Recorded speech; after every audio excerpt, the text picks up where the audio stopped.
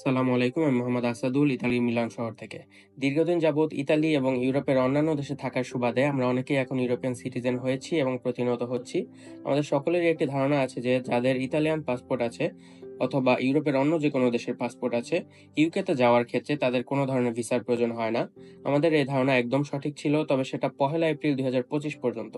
২ April ২০২৫ থেকে European সকল সিটিজেনদের জন্য ইউকেতে ট্রাভেলের ক্ষেত্রে ইলেকট্রনিক ট্রাভেল অথরাইজেশন বাধ্যতামূলক করা হয়েছে। তবে যাদের ইউকের অলরেডি সেটেলড অথবা প্রি-সেটেলড স্ট্যাটাস রয়েছে তাদের জন্য কোনো ধরনের অথরাইজেশন প্রয়োজন নেই।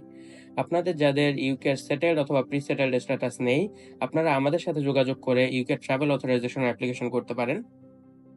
ইউকে সহ ইউএসএ, কানাডা, অস্ট্রেলিয়া এবং পৃথিবীর অন্য যেকোনো দেশের ট্রাভেল অথরাইজেশন অথবা ট্যুরিস্ট ভিসার অ্যাপ্লিকেশনের ক্ষেত্রে আপনারা আমাদের সাথে যোগাযোগ করতে পারেন। আমরা আপনাদের visa application, air ticket, hotel booking সহ যেকোনো সমস্যার সমাধানের পাশে থাকবো ইনশাআল্লাহ। আশা করছি খুব জলদি আপনাদের সাথে আমাদের দেখা হচ্ছে। ভালো থাকবেন। আসসালামু আলাইকুম।